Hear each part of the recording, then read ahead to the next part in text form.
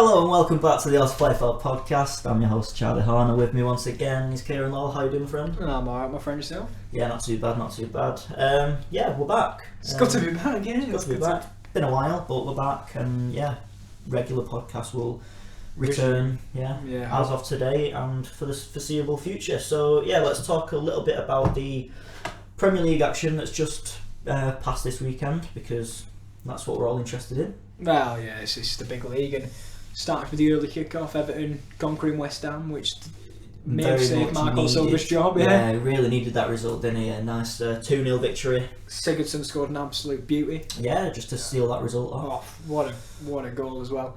AFC Bournemouth and Norwich ended a 0-0 draw, and that's as interesting as that got. I was going to say, if it was going to be a 0-0, you kind of think, two lower mid-table teams, 0-0 written all over it. Well, speaking they've been a bit of a bad run, to be fair, Norwich, so it's good for them to get a point. Yeah. Again, keeping a clean sheet. No goals, but they've had a leaky defence, so that clean sheet might give the defence a little bit of confidence. It worries me that they've suddenly dried up on goals the moment Pukki stopped scoring. Yeah. So it's like, is he their only goal scorer? Obviously, I know they've got Josep Dermic on the bench, who I think is a decent goal scorer. Might get him a couple goals this year, and but he's no Pukki. No. And he started the season like a house on fire. So it's always them cases where people, as he lost it. Yeah, he had a purple patch at the start of the season, he's striking fear into defenders, and defenders are putting more time and energy on him, which in certain games might allow more space for the likes of Cantwell and your other attacking players. Buendia, the fullback surging on.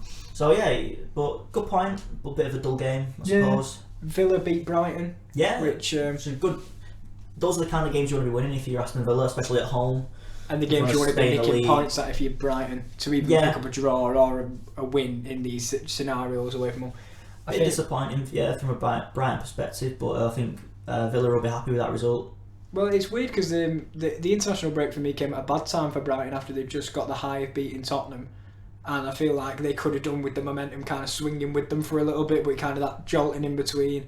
Some people travelling halfway across the world. I know Matty Ryan. Obviously he has to fly back halfway across the world, and there's always going to be some tired legs. People say it's not a thing, but it obviously is always going to play a factor, and obviously going down to 10 men doesn't particularly help the situation, but it's a good result for Villa, and Jack Grealish amongst the goals. He did got a goal and assist this weekend. Very impressive performance from him. It's nice to see him stepping up to the plate, because you see the people like Ryan Sessegnon are very relatable to the way they were hyped up when they came to the Premier League. And Ryan Sessegnon, one, barely got the minutes, and two, never really shone as we'd liked him to or we'd hoped when he got promoted. So it's nice to see Grealish taking the role. Yeah, and will he make a late surge for that Euros squad at the end of the season? Do you think? I don't see why not. Yeah, I don't see why not. There's spaces for people like you've got to remember the Loftus-Cheek is coming back.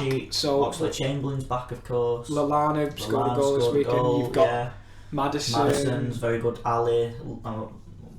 Lingard. Let's leave Lingard. Yeah, he's going to end up going, isn't he? Yeah. But there's a lot of depth. That's the only thing. Milner. It's a good. Milner's retired from international football. He's coming back in. Bring him back. But no, I think back. There's a lot of depth in that midfield area, but there's a place for him. Yeah. But it's all about form and who's going to be in that best run of form towards the end of the season, especially. But the player I'd compare him to is James Maddison. Yeah. Who's better in that role? Because I personally think at the moment Maddison's ahead of Ali in terms of form. I think we've got to say that James Maddison is our best creative midfielder. Oh, I completely agree. I think at this moment in time, he's just on a level of form. He's carried it on from last year. Yeah. He was great last year. He was Leicester's shining light, along with Harry Maguire, you'd say, but I think he did steal the headlines. Yeah, of course, yeah. And I think a lot of teams will want him.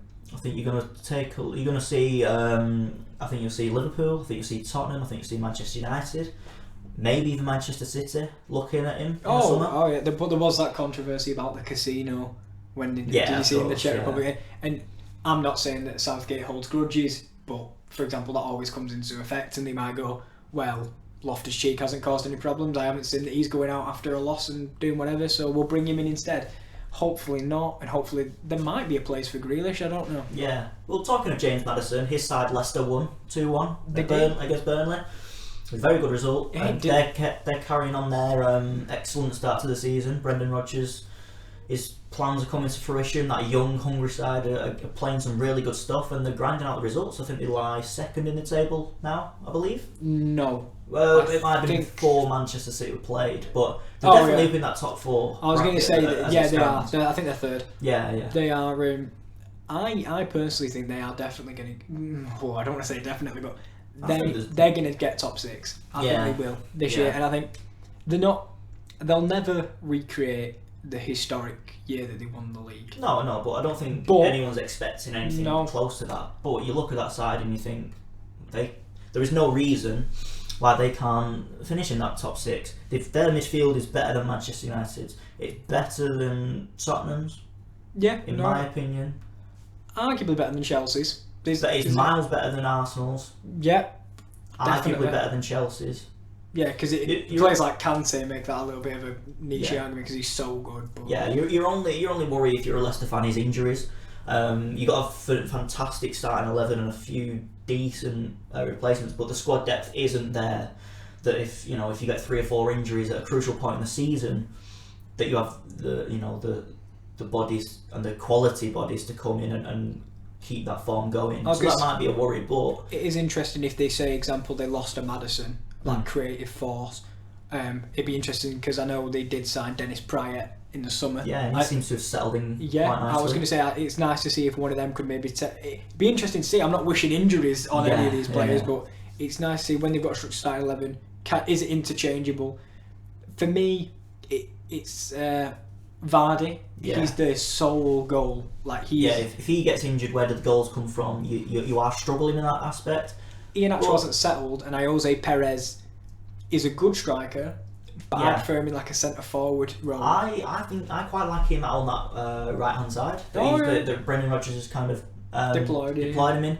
I think he works quite well in that role because he's not your goal scorer. He's not your typical. He's not going to get you 15 a season. No. But he works very hard. He's got a high work rate. He's got plenty of energy, so he's going to get up and down the line. Yeah. Got a bit of creativity about him. He's quick. So I like him on that right hand side, and maybe that can work. Yeah, it's amazing to see Leicester doing so well when they supposedly lost their best player in the summer. Yeah, Harry Maguire. Solanke has come in and made that position his own. We all had worries about them defensively, but they've been resolute. Yes, they conceded this weekend, and I've got to admit it was a Chris Wood header. Could have been defended better. Yeah, and it's strange to see them go 1-0 down to Burnley at home, but they did turn it around eventually, and that's understandable. But for me, they've been a surprise package because yes, we all thought they were good at the start of the season, but they've surpassed expectations when other people have been underwhelming. Yeah. For example, your Spurs, your United, Chelsea at the start, but they've turned it round. They're perfectly primed to capitalise off other teams' failings. Because sometimes, we saw it last season where the race for the top 4 was very, very low in quality. But, your Evertons, your Wolves, your Leicesters, they weren't ready to come and take the spot of one of those teams because they weren't good enough. Yeah. But now you're seeing Leicester really seeing that opportunity to go, well, hang about, there's United and Tottenham are having a really bad slipping form. If we can get a few results going, then why can't we get in the top 6 or top 4? Yeah, that's credit to Brendan Rodgers. And he's a fantastic manager. But what I can relate it to was when Leicester won the league themselves. If Arsenal was going to win the title any year, or Spurs was going to win the title, that was their year because everyone else was so bad. Yeah, of course. So this season, when there's multiple slip-ups from multiple teams, like last year when no one wanted to finish in the top 4 apparently. Yeah. So I was going to say, if anyone's going to break that top 6, it's this season. Because next season, you know that Manchester United are going to spend 200 million in the transfer window. You know that Tottenham are going to spend big, maybe change the manager. You know that Chelsea are going to spend big when they are allowed to spend big. Yeah, so they're going to spend big. So for a team like Leicester, this is your time. If you're going to break the top 6, get that European revenue. Yeah, exactly. Yeah. But to be honest, bar this weekend, I was going to say the space is because it's not just one team slipping up. West Ham have had a good start to the season. Yeah, yes, they lost to Everton, but they've had a good start to the season and they've got a good squad. They are. Their attack, it's dynamic. It's honestly they've got a bit of everything. Got a bit of pace on the wide. Big man in Haller who can finish. Yeah. You got arguably one of the best players outside the top 6 in Felipe Anderson. Oh, exactly. He really is a top bracket player, and Yarmolenko has, he's coming to some good form this season. Got his goal against Manchester United before the break. Well, it was quite a few weeks ago now. But his performances this season have been very good. It's very much how he left before he got the injury last year, because he hit the ground running, and then injuries have startled it from there. But it's good to see him back on his feet, and it's good to see picking up form, because when people get injured, they can go on a really long dry spell before they hit back to where their form used to be, and hopefully he's getting up there. Yeah. So what's the next game? We're talking about top 6 and slip ups, and Chelsea have turned it around, so might as well. They got a 1-0 victory against Newcastle United. How would you sum up Lampard's performance so far this season? Because it started with that terrible result to United, and people, I'll be honest, people probably after that game, there were some Chelsea fans go, "Oh, get him out. He's not got the managerial thing we need." But I think he's done very well, to be honest, because you see, he's not had a fully fit squad yet. He's still got Rudiger out. He's been eased back in. Obviously, you've had the transfer ban.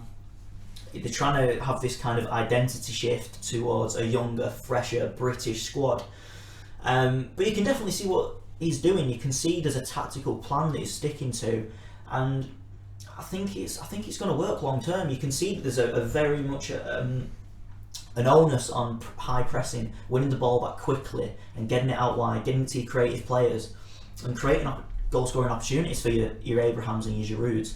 I've been particularly impressed with Mason Mount. Yep. He's been my standout performer, to be honest, because not just what he brings on the ball and his creativity, but off the ball and in the press. He's been very, very impressive. I bring back when they played Leicester at home. It must have been about a month ago now. But you could see from the start pressing, and Mason Mount actually scored a goal from. I remember that from a mistake. He pressed that mistake. Indeed, I remember. And a very good defensive midfielder at that. And obviously they've blown teams away. They went to Wolves and smashed them at Molineux, and not many teams go and do that. No. So I like it. There's a clear plan. I think the defence is going to be helped out massively when they are injury free and Rudiger is 100% fit and stuff. But Tomori's coming and he's looked quite good. Reece James is coming back from injury. In the games he's played, he's been quite impressive.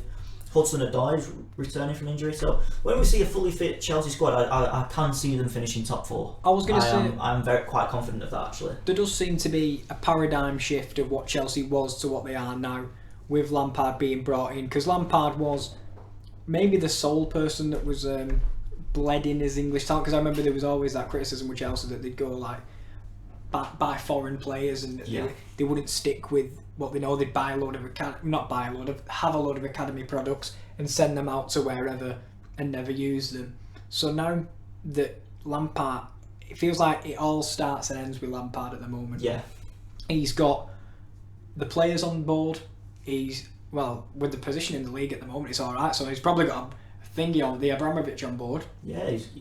So there's a lot going on, and there's a lot to be happy about. There was worries at the start. Yeah. But for now, they're all representing. They've all got calls up to England. For me, Mason Mount, Abraham, Tomori, and do you know what? Hudson-Odoi in the picture. They thoroughly deserve it, because I'm glad they're not going for, yes, Tomori's only played a couple games this year because of injuries or whatever, but he's impressive. So take him into the squad. There's no need to leave him just because he's not the usual number 1 or whatever. Yeah. He does not matter. And I'm just very impressed with Chelsea as a whole. And even this weekend, where it's an unsatisfying 1-0 win, but they've grinded out a victory. And those are the kind of the victories that you need if you want to get into the top 4. If you're not playing well, still manage to get the result.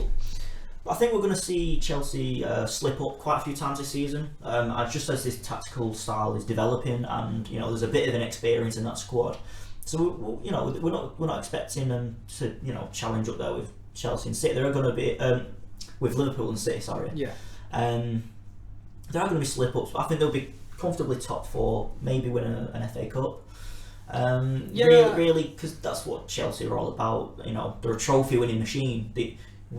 We talk about them changing managers quite a lot, but that model works because if you look throughout the years, Chelsea always win trophies. I was going to say I know when Sarri came under criticism, he still came home with the Europa League. Yeah, and got to a cup final, which unfortunately they lost on penalties. Yeah. So there's nothing wrong with the way they had it. I just think this a much more welcomed change, this one, and I think we're going to get onto long-term projects later with the big game of the weekend, but hopefully this is the start of Chelsea. I think they're in very similar situations. They're just doing it better at the moment. And there's a clear... we'll make more comparisons between Chelsea and Manchester United later on, but there's I left the one named. There's a clear identity with Chelsea, whereas United, you can't really see that tactical development as such with Solskjaer where you can with Lampard. Well, that's but they are reaping the rewards of this academy project for the long term. But for me, that could be Lampard's year in management in the Championship in English football, because Solskjaer may know how to play a certain style with Malmo, and it may work with Malmo. Was it Malmo? Molde. Sorry, my bad. My apologies. It may work with Molde in Norway, but we saw it didn't work with Cardiff because that's when they got relegated. So it will be interesting to see if he can make the changes, because Lampard doesn't really have to change his style, because that step up from the Championship to the Premier League, it's a lot less than it used to be, I feel, between the lower end of the Prem and the upper end of the Championship. For example, Leeds United, as much as I hate to say it, could easily challenge Brighton, Villa to good games and probably come out on top. So that year he had there could be so valuable to Chelsea's success in the future.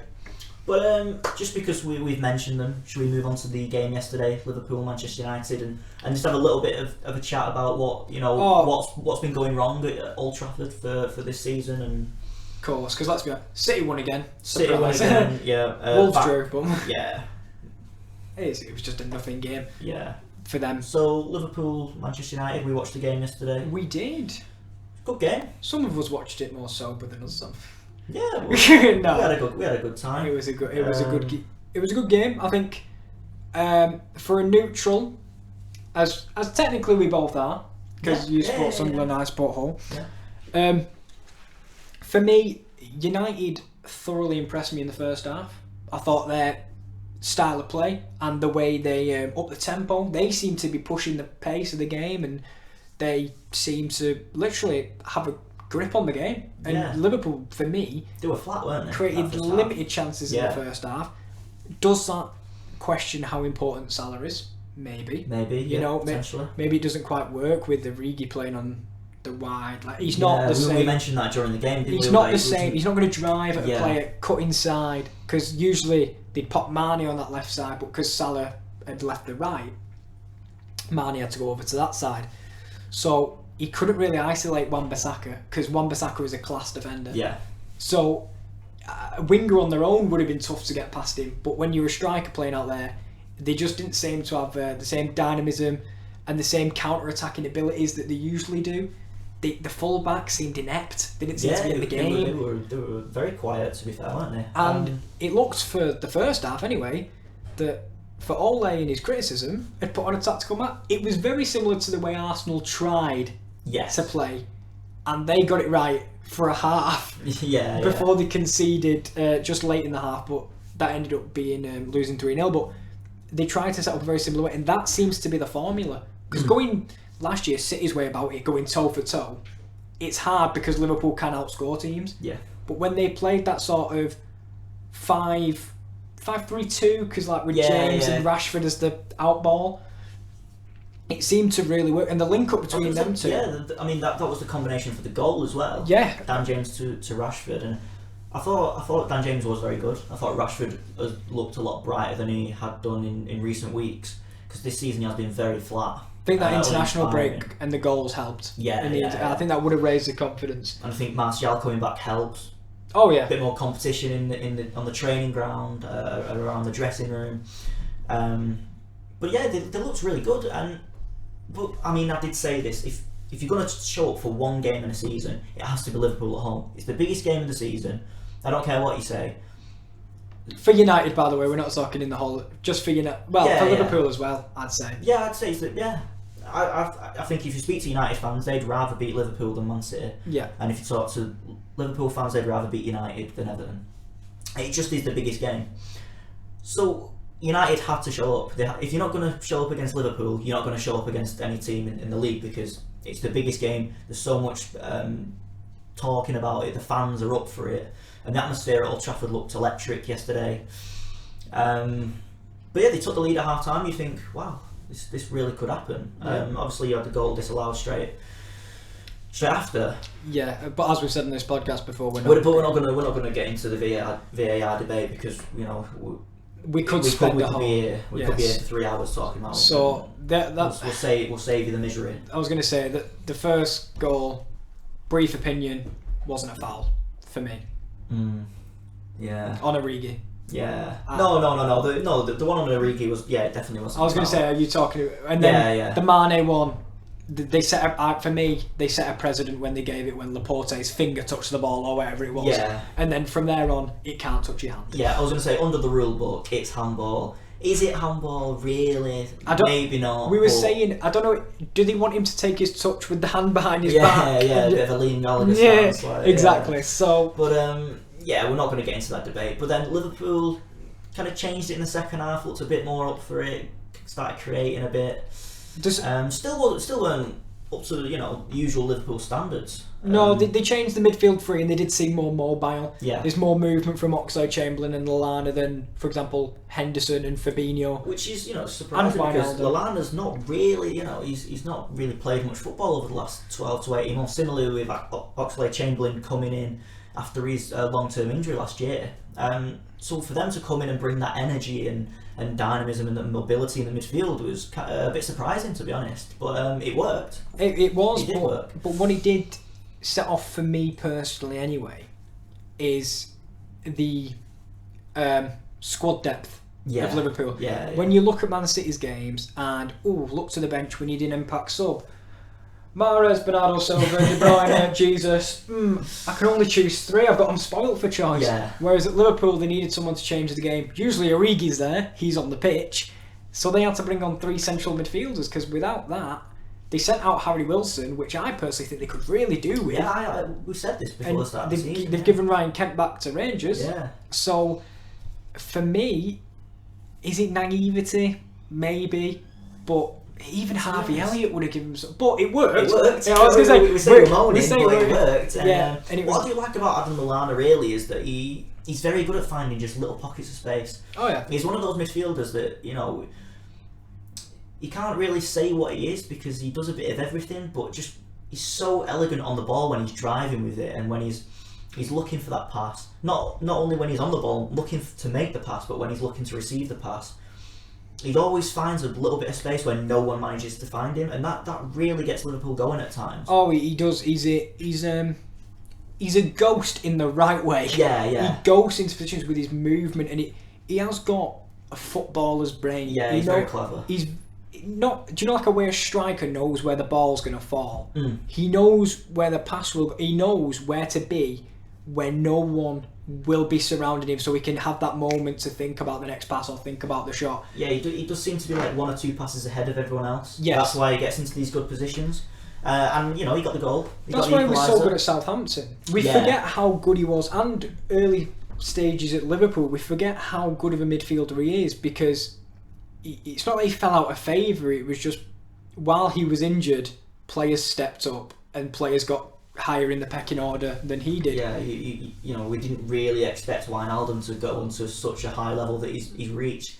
We didn't really expect, Oxlade-Chamberlain to come into the side, never mind play well. Henderson's really turned stepped into up. a very, very, very good midfielder. You've seen Fabinho come in, you've seen Keita come in. I was going to say, Keita's come in, yes, he hasn't showed the form, but they paid a lot of money for him, so the talent is clearly there. Yeah, so I'm quite surprised that Lallana's actually stuck it out, stayed with Liverpool, and obviously he's got his rewards with scoring the equaliser in the Beast game in English football. Credit to him, because it must take a hell of a lot of self-belief to go. I could easily go, for example, I'm just presuming, back to Southampton, and I could play every week, but I believe I'm good enough to be at the top level of English football.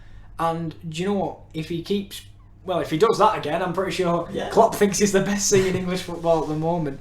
But I think in the second half, it still wasn't a typical Liverpool performance. No, they seemed a couple of yards off the pace, and be that internationals, be that the lack of Mohamed Salah, be that just tactically all they set up fantastically, it just seemed that they didn't seem for long periods that they were going to get back into a game. But as we said about Chelsea, it's about getting results, and they got a result, be it the worst performance they've had all season, arguably. Yeah. You know? But that's, again, we talk about it, you need a result when you're playing poor. It's kind of what title winners do.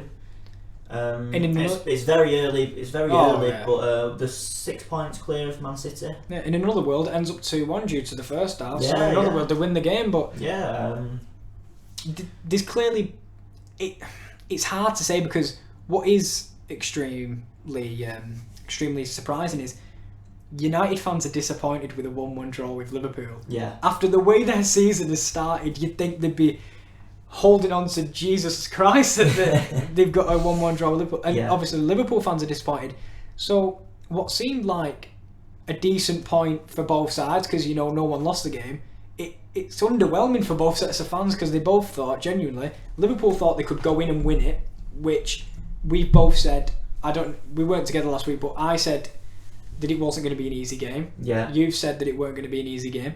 So Liverpool are underwhelmed with their team's performance, and United are underwhelmed that they couldn't stick it out and win, because they needed a performance like that since the start of the season. I think let's talk a little bit about Manchester United's start to the season, because as we all know, it's been extremely disappointing so far. And we've been away for a while, so we've missed a bit of it. But I've seen a lot of United this season and last season, so I've seen the stark difference in before Ollie was appointed permanently and after, and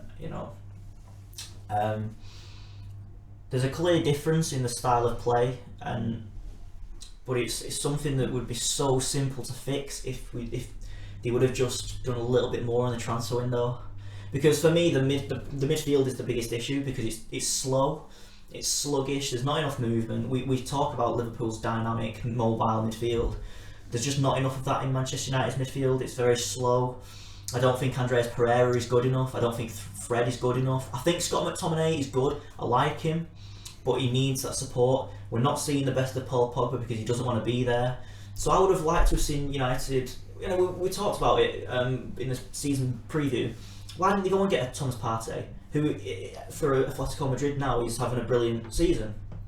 Why didn't they go and do that? Why didn't they go and get a Bruno Fernandes, who would have added a little bit more creativity and a bit of spark into that midfield? I was going to say, I look at United's midfield, and they could all fall into the same category. There doesn't seem to be a distinctive, you're a central defensive midfielder, I need you to play just in front of the back four and mop up. Maybe that's not the style I want to play, but from what I can see, it's either a 4-2-3-1 or a 4-3-3 is what they prefer to adopt. 4-2-3-1 is what they prefer to. Is what they're going for at the minute. So, I think it should be 4-3-3 personally, but exactly. So saying that midfield, unless you had that for one season when Nemanja Matic was very good, you know what he does, and he's just not up to the level anymore. No, he's not. Yeah, he isn't. So out there is so many sole defensive midfielders. For example, the best one in the world, Sergio Busquets, Casemiro. Them style players, you know exactly what their role is, and that is their role. You know what a box-to-box midfielder, shuttles in between front and back. And then you know what an attacking midfielder is, that creativity, that James Maddison, that Bruno Fernandes. I look at that United midfield, I don't really see one player that is absolutely fantastic at any of them roles. No, there personally. really isn't. Pogba is great when he goes forward, but does he play attacking midfield? No, because he's never in that gap just behind the striker to play creatively. Yeah. So, for me, you've just got generic midfielder and just copied and pasted it. Very, very average. Andreas Pereira should be nowhere near a Manchester United starting 11. Well, I said that to you yesterday. He's shoehorned in week after week because they didn't spend enough in the transfer window. They didn't replace Lukaku properly. No. So where's the goals coming from? To be fair, the signings they did make were good. Maguire's come in and played quite well. Wan-Bissaka has been a standout He's performer. been the star, and Dan James as well. Dan James has been brilliant, and he's really settled in. He does look like a Manchester United player. We've seen so many players coming through the door in Old Trafford since Ferguson retired, and you go, he's not up to the standard. He's not the character you want at Manchester United. Dan James looks like a character that you want in and around the dressing room. But you've also got to wonder, at the moment, is he riding the crest of a wave? Because he is so young, and we always say with young players, will he get burnt? He's playing week in, week out, 90 minutes. And yes, the Championship's a good league, but he's trying to play like, United are a top 6 side and European football as well. And there is so much, he's embracing the pressure so far, that is completely fine. But you've always got to look at the flip side, which is, yes, he's peaked now, but there could be a very big trough coming soon. Yeah, exactly. This is the thing with young players. It happened to Rashford. I was about to bring up Rashford. He's played so much football at the age of 21 that he does look knackered. This is the thing about, we talk about young players, it's not shove them in the starting 11 and play 38 games in the Premier League. No. You want to bleed them in. We talk about the class of 92. This wasn't some weird thing where Sir Alex Ferguson decided, I'm going to play all the young kids all at once. No, you didn't. You had they weren't even brought in all at the same time into the first team. They were brought in over about 3 or 4 years, and you had Steve Bruce, Gary Pallister, Roy Keane, Paul Ince, Kanchelskis, Cantona, Schmeichel, all these experienced players to help these young kids through. If you look at you see Chong, Gomez, Greenwood, Garner coming through at United, but where are the characters in the dressing room to really inspire and get them up to the gate? Because these are talented players, but they're not being nurtured properly in the dressing room. That's the whole of United bench. That's United's bench. Yeah, exactly. We were talking about this yesterday. It's amazing to think Andreas Pereira can be classified as a senior player in that squad. Yeah. When how, I don't have a clue.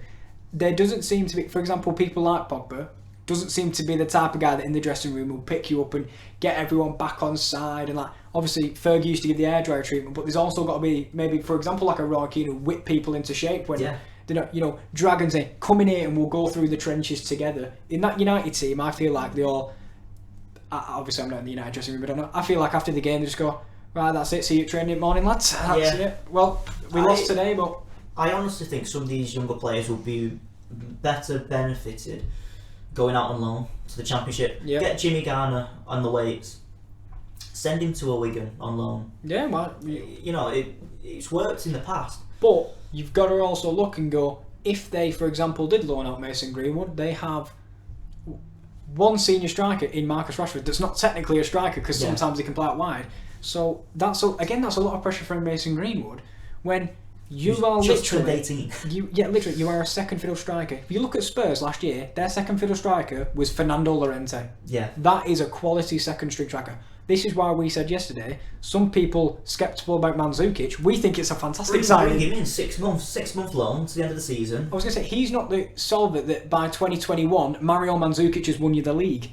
No, he's not going to do that. Short-term fix.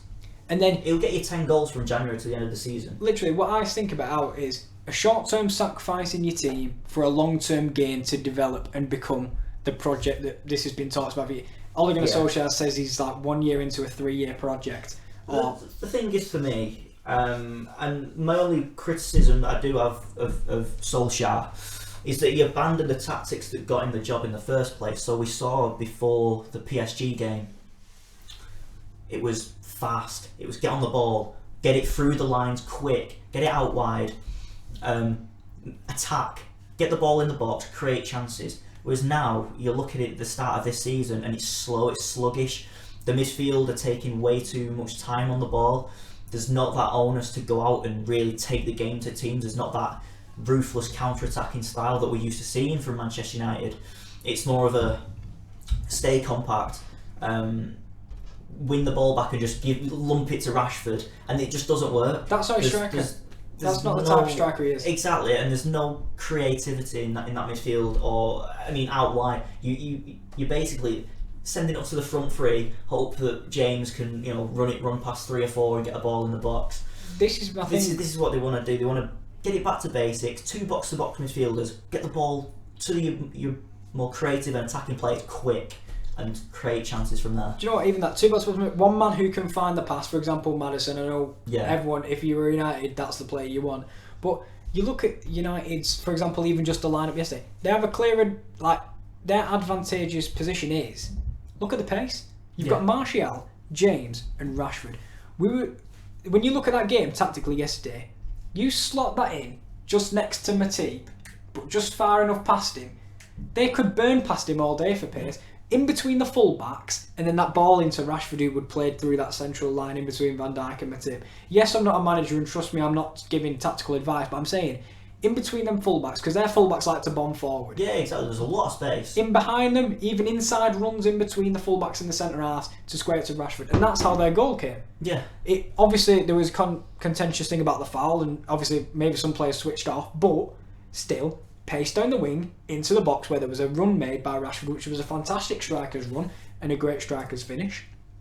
But for me, there should be a clear way of playing and a clear and obvious style. Yeah. But they seem to, for me, they seem torn between 7 different styles. Yeah, and I think it's still Ollie finding his feet as a top level manager. And I'm certainly not saying get rid of him, because I believe in him. I think eventually he will develop and be a top level coach with Manchester United. I think stick with him for the long run. Give him the 3 years that he wants. See this plan come into fruition, and I can see it working. But he needs to be backed. The players need to step up. They need more characters in that dressing room, and they need to clear out, because there's a lot of players there who shouldn't be there. Oh, well, they did a semi-one this year. Yeah. With, for example, sending out Chris Smalling on loan, getting rid of Sanchez on loan. But again, I know these aren't experienced players that are characters, but it is experience. And they did get rid of a lot of experience and didn't replace it with much. But players like Pereira need to go. Fred, do you know what? I'd keep Fred around, because, for example, if you do buy a quality midfielder and he gets injured, putting Fred in for a couple of games, it might be okay. Yeah. Because you don't want that that responsibility to fall on a young 16-year-old from the academy. Go and play box to box for 5 games because, I don't know, Partey's injured. Yeah. So he's always there, and he's got experience of playing European football and high-level Ukrainian football. Don't know how high that level is, but so but Rojo still starting games. Yeah, Rojo, Matic, Ashley Young, Mata. Phil Jones, Juan Mata. These are all players who you think these just aren't up to the standard of playing for Manchester United anymore. But I think it's going to be a painful season. I don't think they're going to make top 6. Do you know what with the form that Leicester are showing? If they can keep that up, I can't see it happening. I can see them going far into the Europa League. It's crazy though, because before this weekend, you'd have said how bad they've been playing. Oh, they'll probably finish 10th. But then you can see this weekend, there is signs that they can play good football. By no means, I don't think they're going to finish 10th. Whatever. The press and the media are running away with it and having a field day, saying, "Oh, it's good for 2 points off the relegation zone." And I did see on ESPN that they had favourites for relegation, and you obviously saw Brighton, Villa, and then just at the top, Manchester United. It was like, right. So I can see him finishing 7th or 8th. Yeah. In my opinion, which in recent seasons we've seen Chelsea do that. We've seen Liverpool do that not too long ago. I think Klopp's first season they finished 8th. So it's not disaster, and teams can rebuild from that. But it's going to be a painful season. But I'm sure it'll work on the long run, and Ollie's got a vision. Well, short-term sacrifice for long-term gain. There seems to be a theme on this podcast. Well, I'm running for presidency with it. It's my slogan. Should we move on then to? Should we talk a little bit about? Sort of mention the game. I was going to say, because by the time this podcast's out, the game's probably be half time in the game. But let's mention it. Let's talk. It was a great game, wasn't it? I think it was fantastic. Yeah, Sheffield United were brilliant. I think that win, loss or draw meant a lot to both teams. But no, I think it's a lot tougher than they think. I think Bramall Lane is a tough place to go to. Yeah, we saw Liverpool struggle there a few weeks back. Well, it's always them things where you look at the ground and you go, oh, it's a tough place to go to. But when they're facing a smaller team, smaller teams can probably get results there, but it's like they seem to step it up when they're on under the lights on Sky, or they're facing one of the Premier League big boys. And as much as they've not been in and around it, Arsenal are still a big team, and they are obviously. They were always part of the generic top four. Yeah. That they used to be. And we know that Arsenal struggle away from home. Yes. So it's one thing the Unai Emery has not fixed since the Emery era. They seem to get a bit intimidated when they play away from home. They feel like they stand off a little bit. They're a bit nervous, a bit anxious when they do play away from home. It's another team without leaders, though. Yeah, I just feel like that Sheffield United might intimidate them a little bit, and they could bully them. This is what I was thinking. You know, that rough and tumble style play. It's like when you see in the FA Cup ties and you see them go to a League Two ground and they're putting elbows in. And I don't think it'll be to that extent, but I do think that Sheffield United can cause big balls up to Ollie McBurney, get the balls in the box, because you know that they struggle. David Luiz is always capable of a mistake. Yeah, of course. Socrates, I actually think, he's a good defender. He's a good defender, but he's not the most reliable person in the world. No, and I think for as good as Arsenal are, they're great at scoring goals. Yeah. Aubameyang is so helpful in scoring goals. I think be interesting to see if Pepe can finally pick up £80 million form or whatever he was worth. Yeah, he's not hit the ground running, but I'm sure we'll see the best of him in towards the end of the season when he's really settled into the English game. But this is one of them games where obviously on paper, when you look at it, and if you looked at it in just a generic fixture as Sheffield versus Arsenal will win it 9 times out of 10. But all these things come down to circumstance, and Arsenal, for as much as they've only lost once this season. Yeah. I think people seem to think that we were talking about two best teams, City and Liverpool, doing fantastic, but they've only lost one. They've drawn games they should win, admittedly. Watford.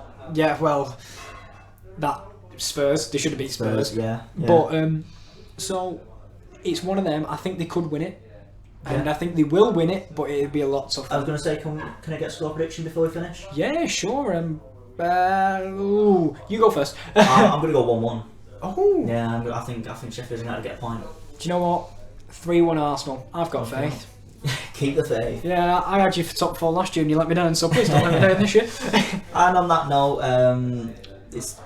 Touch on the midweek just quickly. Hull City. We lost at the weekend 3-2, but we faced Forest in midweek. Back. Tough game. Yeah, 2-2. There's my prediction for that. Sunderland, new manager. Got beat at the weekend off Wickham 1-0, but I'll let it off because, only 2 training sessions to implement a style of play. We've got Tranmere at home tomorrow where I'm expecting us to really win. If we don't win that, I'm really struggling to see how we get promoted this season. I don't think we will get promoted this season. Power of Mike Dean, innit? It's Mike Dean's barmy army. Yeah, but if I get to give a goal prediction, 2-0. Oh, there we go. 2-0. So, we're drawing, you're winning, but... Yeah. It's been a tough couple of weeks for both clubs. Yeah.